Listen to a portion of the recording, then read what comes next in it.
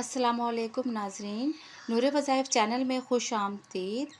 آپ نے اکثر اوقات کبھی غور یہ کیا ہے کہ کچھ تسبیحات جو ہوتی ہیں وہ صرف 31 بار ہی پڑھنے کو کیوں کہا جاتا ہے؟ اور قرآن پاک کی جو صورت ہے سورہ رحمان، تو وہ اس میں یہ جو آیت ہے یہ 31 بار ہی آخر کیوں آئی ہے؟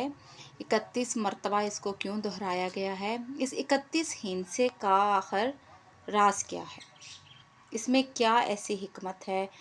کیا ایسا نکتہ ہے؟ آخر اس کے پیچھے کیا وجہ ہے؟ سب سے پہلی بات تو یہ کہ اس کی جو عموماً وجوہات سامنے آئی ہیں وہ خالی ایسے ہی سامنے نہیں آ گئی ہیں۔ اس کو سمجھنے کے لیے کئی تفاسیر کا مطالعہ کیا ہے عالم دین نے، جتنے بھی علماء کرام ہیں، جتنے بھی مفسرین ہیں۔ تو کچھ مفسرین کے مطابق تو اللہ سبحانہ تعالیٰ نے یہ جو کلام پاک کی جو آیت ہے یہ 1 مرتبہ کہی اور پھر اس کو باقی 30 مرتبہ دہرایا، یعنی اس صورت میں 1 مرتبہ اس آیت کو کہا گیا، فرمایا گیا اور اس کے بعد اسے 30 مرتبہ دہرایا گیا، ٹوٹل یہ 31 مرتبہ ہو گیا۔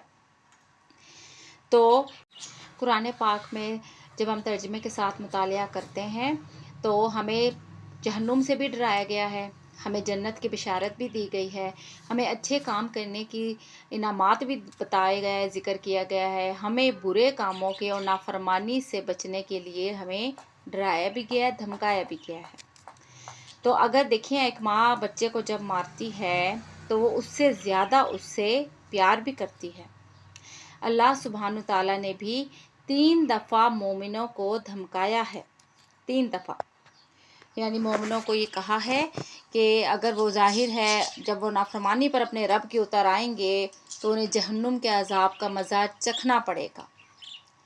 تو نعمت کا ذکر کرتے وقت لیکن 30 مرتبہ دہرایا، 1 دفعہ فرمائی یہ آیت اور اس کے بعد اسی آیت کو مزید 30 مرتبہ کہا گیا، فرمایا گیا اور جہنم سے ڈرایا گیا، جس میں اللہ سبحانہ تعالیٰ ارشاد فرما رہے ہیں کہ ہم نے ان کو عذاب دیا، دیکھو ہمارا عذاب کیسا تھا۔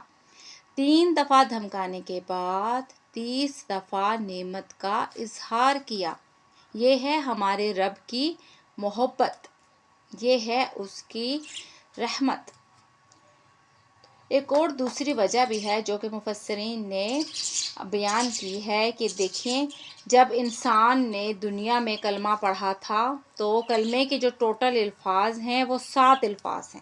پہلا کلمہ جو ہے اس کے ٹوٹل 7 الفاظ ہیں۔ ان کو پڑھنے سے ہمیں ایمان نصیب ہو گیا، صرف 7 لفظ پڑھے اور ہمیں ایمان نصیب ہو گیا، دل کے ساتھ، خلوص دل کے ساتھ 7 لفظ کو پڑھنے سے۔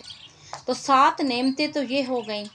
اب دوزخ کے 7 دروازے ہیں، وہ 7 دروازے جو ہیں اللہ سبحانہ تعالیٰ مومن کے لیے بند کر دے گا، تو کیا یہ بھی نعمت ہی نہیں ہے؟ تو 7 کلمے کے الفاظ ہو گئے، 7 دروازے دوزخ کے جب بند ہو گئے تو یہ کل ملا کر ہو گئے 14 ہو گئے ہیں، 14 نعمتیں ہو گئی ہیں۔